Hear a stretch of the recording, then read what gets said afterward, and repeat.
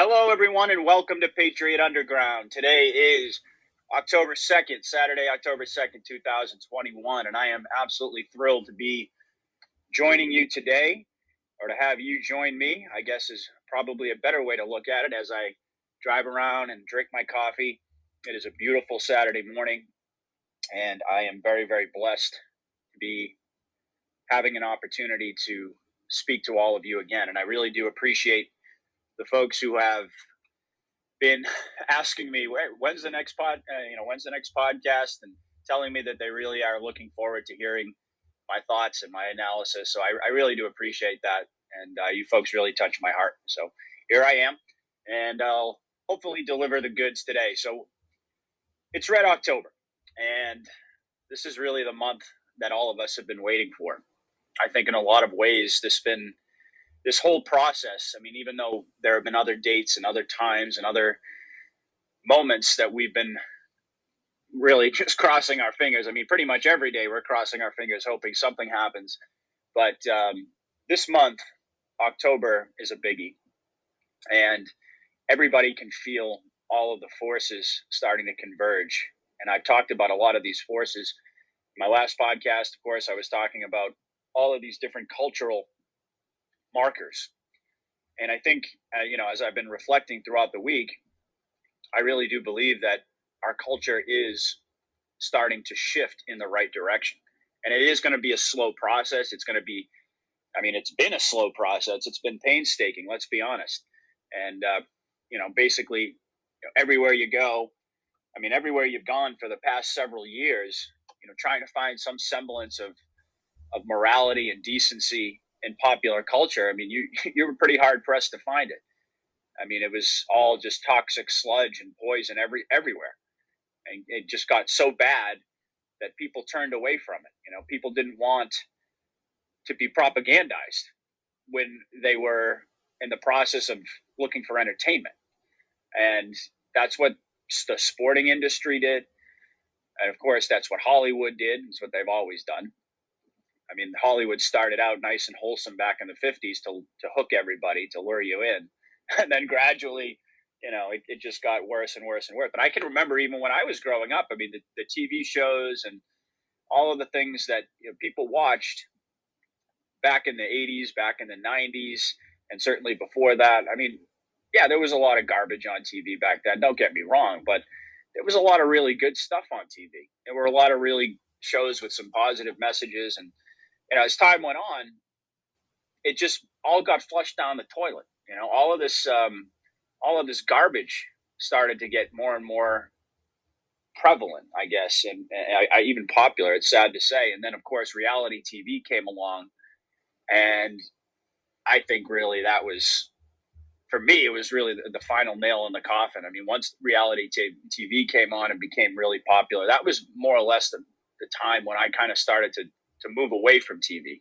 And I wasn't completely disconnected from it the way I am now, but I started to find myself moving in a different direction and gravitating toward, other things, because I just, I recognized that there was this degeneration, and I was no longer entertained by it. And then gradually, of course, it just got worse and worse and worse, to the point where they're, openly promoting pedophilia and just absolute sickness on these streaming services like Netflix and everything else. But I don't, not to get into a huge big jag about this, but the point I'm making, obviously, is that popular culture went right down the tubes, and you can it I sought to, as I'm sure most of you did, to distance myself from it. But nevertheless, popular culture is popular culture for a reason, because people are paying attention to it.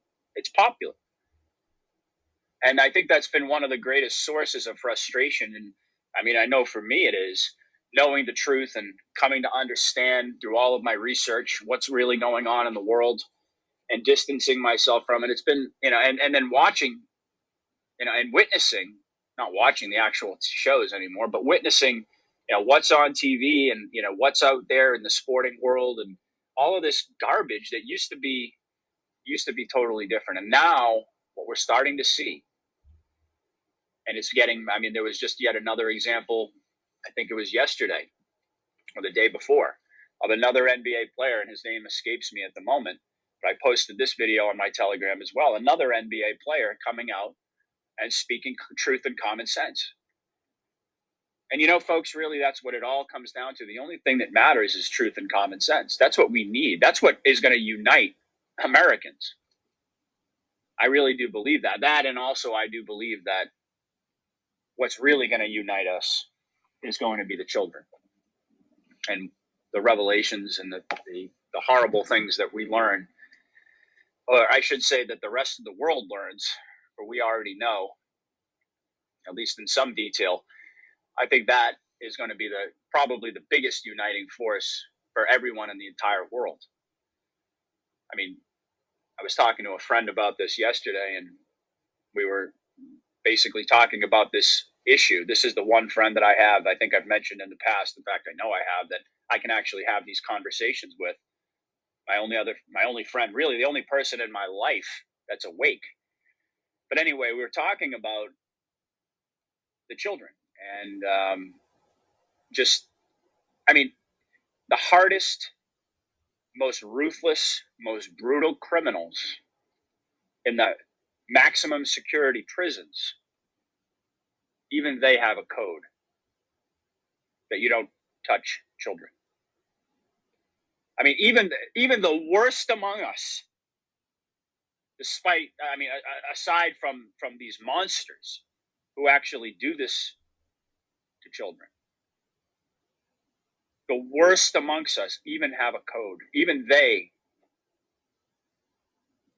have a code that says you don't touch children, and they draw the line there. And that's, of course, why all of these pedophiles and these sick bastards, they get killed in jail, and rightly so. I mean, my attitude is, if you touch a child, I agree with Trump with what he said about it. Quick trial, execution, and I mean a quick trial. But anyway, we're talking about this, and so if we have the worst among us have this code, you think about how the uniting force this is going to be. After the shock and the horror and the pain, I guess maybe not even after, but right alongside all of that, there's going to be this unification that takes place, because people, if there's one thing that can bring people together, it's children. If it's one thing that brings out the very best in people, it's children. If there's one thing that brings out a sense of decency and love and compassion and empathy,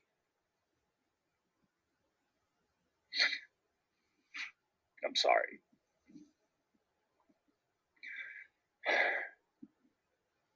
This is why I don't talk about this very often.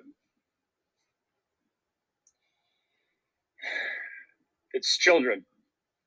It's the children that do that. I'm sorry, folks. I just think about what these kids have gone through, and I lose, but I can't even begin. I can't even begin to describe how horrific this is.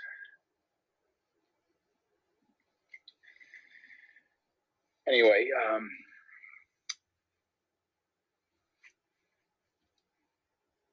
where I started this thing, I was talking about popular culture, and now here I am talking about and crying about the kids again. But it's okay, because I think this is something that a lot of us are going to, I think all of us are going to be feeling this way. And I think we're probably going to be finding out a lot of things that are just going to be so unbelievably horrible. But the popular culture point that I wanted to drive home here is that the opposite is happening. And we're starting to see people come together. And we're starting to see major celebrities, really, sporting stars, celebrities, people coming forward. And that is a very big indication that we're moving in the right direction.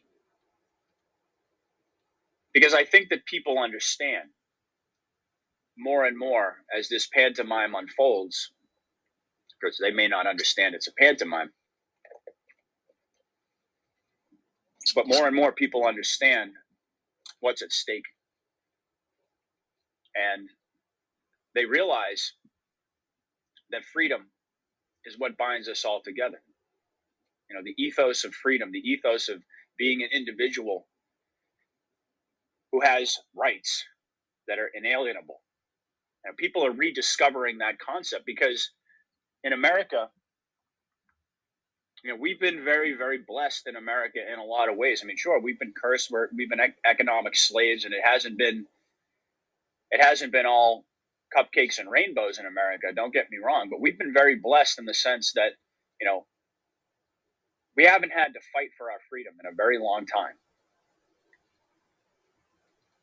And most of us, even those of us who are awake, like myself, grew up believing, genuinely believing, and feeling even, for the most part, like I was a free person. I mean, that's how I grew up. That's what I always kind of took for granted, that it was always going to be there. We were always going to have these rights, that nobody was ever going to actually try to take them away, that we would never actually have to fight for our freedom on any level. I mean, forget about on a physical level even. I mean, sure, I understood that there was always going to be politics. There was always going to be people trying to make certain decisions that may not be the right ones. But I kind of figured that's what politics is all about. It's this back and forth, you know, this bantering between left and right, and, you know, somewhere in the middle, and we get things done and we move forward as this. I mean, I was really that naive, you know. But the point here is that I didn't ever think in my lifetime that I was ever going to have to fight for my freedom. And I think that probably most Americans out there have a very similar type of attitude. I mean, now I don't have that attitude, but certainly when I was asleep, I did. And I think probably most people felt the same way because we've never really been in a position where we felt like our rights were threatened, where we felt like our freedoms were threatened before. I mean, sure, if you're a gun owner and you've been a gun owner for years and years, you've been experiencing them trying to take those rights. And it depends. I mean, everyone has a slightly different experience, but for me, the whole concept of having to stand up for your rights and fight for your rights was really something that only I became conscious of even not even 10 years ago. And of course, at that point, when I realized it and I became conscious of it, that's really what began my journey, what began my process of researching and understanding and trying to figure out what's going on in the world. And it's all led up to this point. But most Americans, they don't know what it's like. They have no idea what it's like to have to fight for your freedom. And in other countries, that's not true. In other countries, I mean, and then the other thing is, I mean, when's the last time that we had an actual physical war on American soil? I mean, certainly nobody alive would remember that going back to the Civil War. And so for generations, we've been very, very blessed in the sense that we've been able to take our freedoms for granted. I don't know if that's a blessing or a curse, to be honest with you, but things have changed. And this, of course, is why other countries are ahead of us in terms of their level of anger and also their level of tyranny. America is always behind these other nations in Europe and all around the world in terms of what the globalists and the cabal are trying to accomplish, because America is a tougher nut to crack. But everything that we see unfolding in Europe, and it eventually works its way over to America. It just takes a little bit more time because our laws and our protect us or have protected us to a greater degree. But now that our freedom is being taken away, now people are starting to realize what a precious gem freedom really is.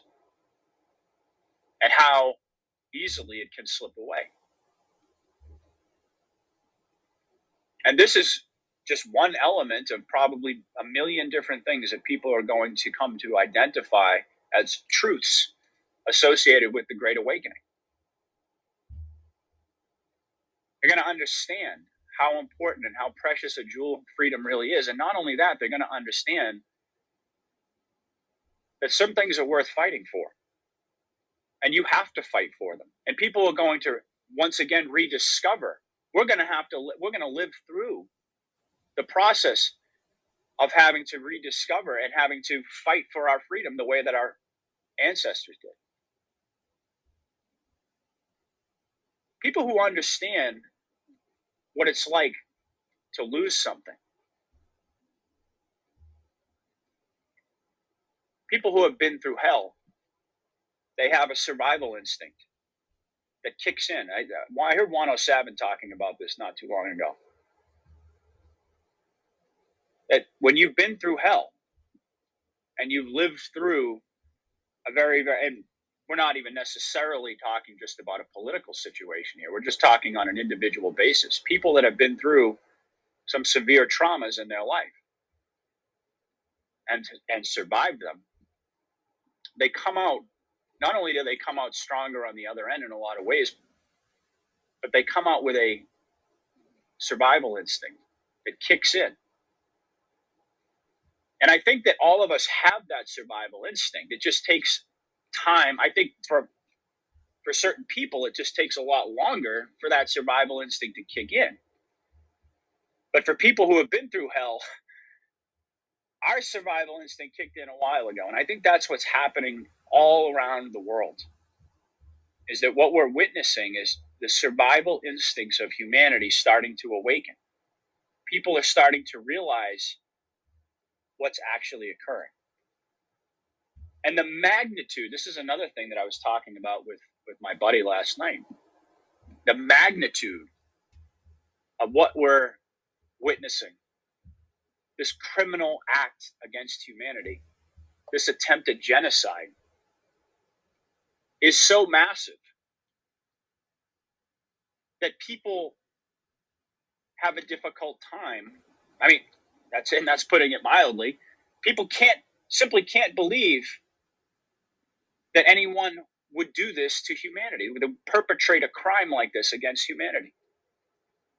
Because it's just so big. I mean, we're talking about, heck, I've heard forecasts of 1.2, 1.3 billion people by the time this is all said and done. I mean, that's just so massive that people can't even begin to wrap their brain around that and think that any one or any group of people would attempt to do this or would actually carry this out against humanity. I think there's a big portion of the population who just simply short circuit. Their brains just can't handle that type of information. They just completely reject it. They say there's no way that could be true. There's no way. But it is true. And that's really what this Great Awakening is going to be about. It's going to be, people are going to be introduced to truths and be forced to accept truths that they're just simply not ready for. And that's just one. And of course, I brought up the children. I'm not going to get back into that because, of course, you see what happens is that it just overwhelms me, and I'm just flooded with emotion. And this is just the beginning. But this crime is being perpetrated against humanity right now as we speak. It's being carried out. Is it a pantomime? Yes, I believe it is. But do I think that, I mean, I've explained this so many times that pantomime does not mean that nobody's dying and doesn't mean that we're not at war. Doesn't mean any of that.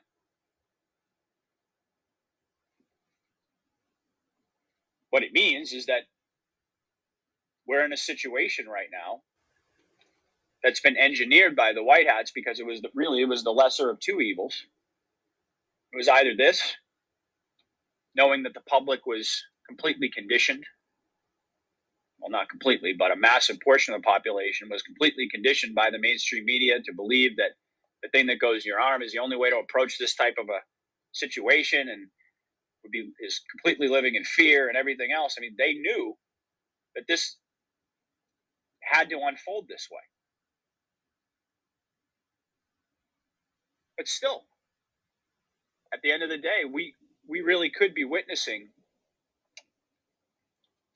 the greatest loss of life, I guess, at one time or in one period in all of history. And people can't even begin to wrap their brain around that. And that's why when you start to ask them these common sense questions, like, well, since when has the government ever cared about your health? Since when? I mean, when in the past can you remember ever in your life the government actually doing anything that would indicate that they cared about saving human lives? And now all of a sudden, they are just rabid to get this thing inside of you, inside your arm. What does that tell you? I mean, that in and of itself, the tenacity in and of itself should get people to pause and say, wait a second, how come they've never done this before? On any different level. Why is it now all of a sudden they just have this? I mean, on one hand, they say on the Georgia Guidestones that we need to kill 95% of the population. But then on the other hand, the very same people are saying we need to save humanity. People just can't put two and two together. That's what it really comes down to. And when I think about that, it does really break my heart, to be honest with you. The fact that there are so many people who have gotten to a point where they're so propagandized and so mind controlled that they just can't even process common sense anymore. All they can do is spit out a mind controlled message. All they can do is, it's like a robot or something. The only thing they can do is parrot back what they hear on TV. And then any other information, their brain just completely rejects it. I don't know. But I think that this month is going to be absolutely monumental. I really do. Because I think all of the indications that I've been talking about and that others have been talking about, all the Q drops, all the deltas that we've seen, all of the cultural markers that are moving and pushing the narrative in a different direction. All of these things are very, very important indications about where we stand right now. And we're getting to a point where the information is just simply going to be coming out at a pace that is beyond the ability of the mainstream media to deflect or to spin. See, one of their tactics has always been to continually control the news cycle and to continually pump things out there to keep the public distracted. They have been the ones who have been on the offensive, so to speak, in order to control the narrative. But now I think what's starting to happen is that's flipping. All of these stories, all of this truth, all of this common sense, all of this logic is starting to flood out into the public consciousness because of this mass awakening that's occurring. And it's happening at such a rapid pace that it can't be ignored by the mainstream media, and it can't be controlled by the mainstream media. I mean, sure, they can ignore it up to a certain point. But when all this information continues to flood out, what's happening is that more and more people are waking up. Less and less people are paying attention to what the mainstream media is saying. More and more people are starting to realize that all of this information is being hidden from them. by the mainstream media, or attempted to. And they're simply not going to be able to control the narrative anymore. It's gotten to the point now where the floodgates are opening. I don't think they're fully open yet, but with every passing day, what started as a drip, drip, drip is turning into this massive flow of information. And we haven't even really gotten to the point yet where all the information, all the big stuff is going to come out. I mean, we've been told it would be drip, drip, drip, and then one day it would just be, after a long period of steady increase, it would just be just a flood. Floodgates would open. And the mainstream media is just not capable. Those floodwaters are going to be too high. They're going to go right over the dam of the mainstream media and just going to get swallowed up by it. And in the process, of course, people are going to understand that the media, I think that's probably going to be one of the hardest pills for people to swallow, is understanding and coming to terms with the fact that the media has been controlling their brain for their entire life. I mean, the anger of that alone. And then, of course, I think a lot of people who are going to be shaken awake by this great reveal, if they survive it, they're going to be angry at themselves. I think I sure as heck would be. If people all around me were trying to tell me the truth and I rejected it over and over and over and over again, it's just going to be an incredible experience to watch this world awaken. It's an incredible experience to watch it now. And for people who are awake, my audience, all of you, what we're witnessing right now, we understand and we can appreciate how incredibly important this is. But imagine what it's going to look like when all of this truth just comes flooding out into the world. I mean, sure, a lot of it's going to be it's going to be very, very hard. Very, very hard for people to process. And again, I've said this many, many times. The purpose of the Patriots and the purpose of God's army who are awakening right now is to guide our friends and our neighbors and our loved ones, our fellow citizens, through this process to the best of our ability of awakening. When you think about it, we underwent, each and every one of us, an individual journey. And our process of awakening took place while the world was still sleeping. And it's not going to be that way for all the sheep out there. It's not going to be that way for them.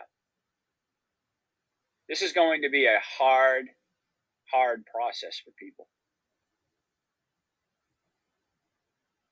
And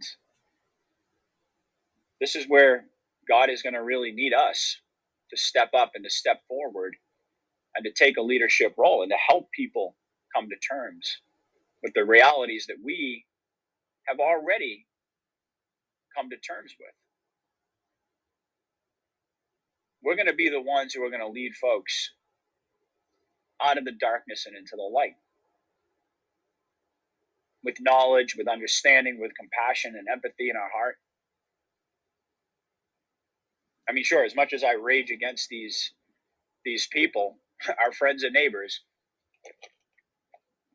like I say, at the end of the day, I still have love and compassion for these people because I recognize that, yes, there is an element of choice. This is about free will, but I also do believe that the people who are awake right now, they've chosen, but I also believe that they were chosen. And even though that may seem like a paradox to some people, to me, it makes perfect sense.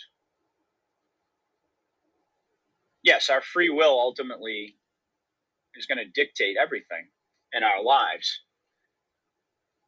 But I also believe that we were created in such a way that God, He already knew what our choice was going to be. God is God. And so therefore chose us to be here, to be alive, to be awake, and to make for ourselves our own decision based on our own free will. We have free will. But I also believe that God knows at the end of the day how we're going to use our free will before we do. And so from that angle, I have a lot of empathy for people because, yes, they had a choice, and they still have a choice about what information they're going to allow themselves to consider. But I don't think that they were chosen in the same way that we were. And so that gratitude that I have to my Heavenly Father for awakening me at this period so that I could be in this position is also balanced out with an empathy for people that weren't chosen for this, that were chosen to be really the ones that needed leading. And all of us, and I mean this sincerely, everybody in the audience, all of us, some on a bigger scale than others, of course, but all of us are going to be the ones, the pioneers, the leaders, who are going to shape this new world, because we're going to be the only ones. Heck, we might even be the only ones actually alive because we didn't take the thing that goes in your arm. But even if there are a whole bunch of people who end up saving in some way, shape, or form from this horrible attempted genocide, like I said, we're going to be the only ones who are going to be in a position to lead humanity into its future. I think that's already starting to happen too. I think that people everywhere are starting to discover their voice. They're starting to discover their power, their sovereignty. They're becoming leaders, and they don't even know it.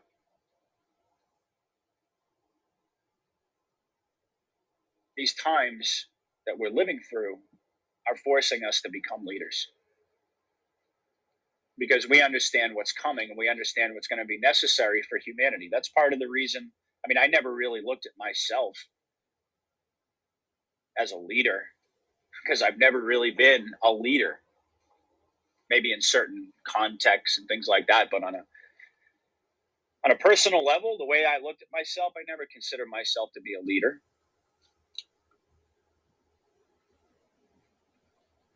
And I'm sure you don't as well. But when you really stop and you think about it, why do you think that you were chosen for this? Why do you think that you're awake when nobody else around you is awake?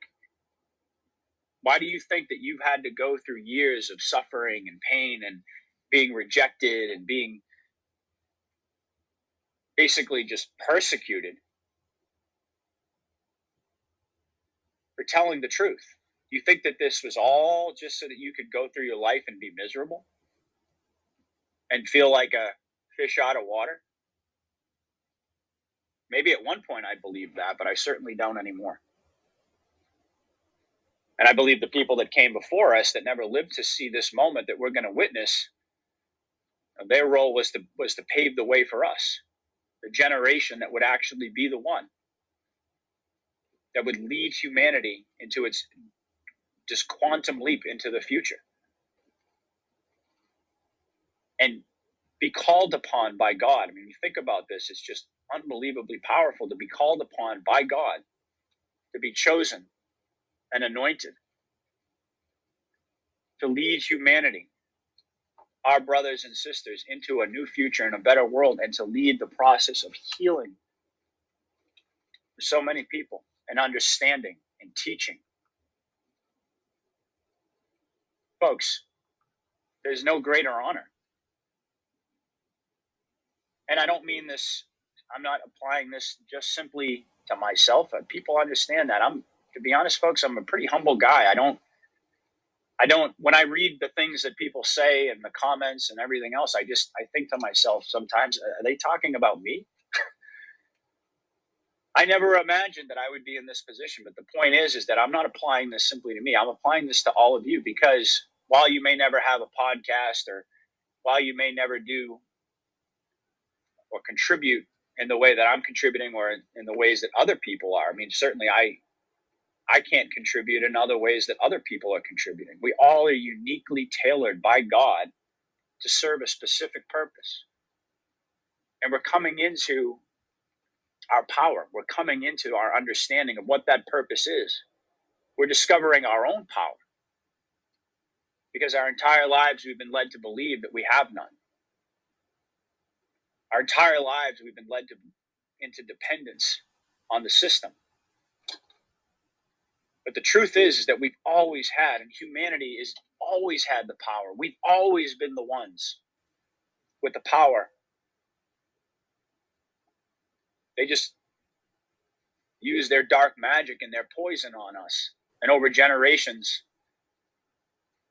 they were able to erode that power because they were able to erode our minds and our spirits and our bodies. But now that people are waking up, we're witnessing, folks, they can't stop humanity. And certainly they can't stop unified humanity. It's an unstoppable force. And you know why? Because we're God's children. And God cannot be defeated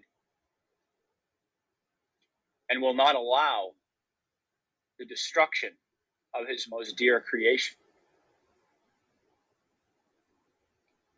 And then you take that and then you consider that he created you.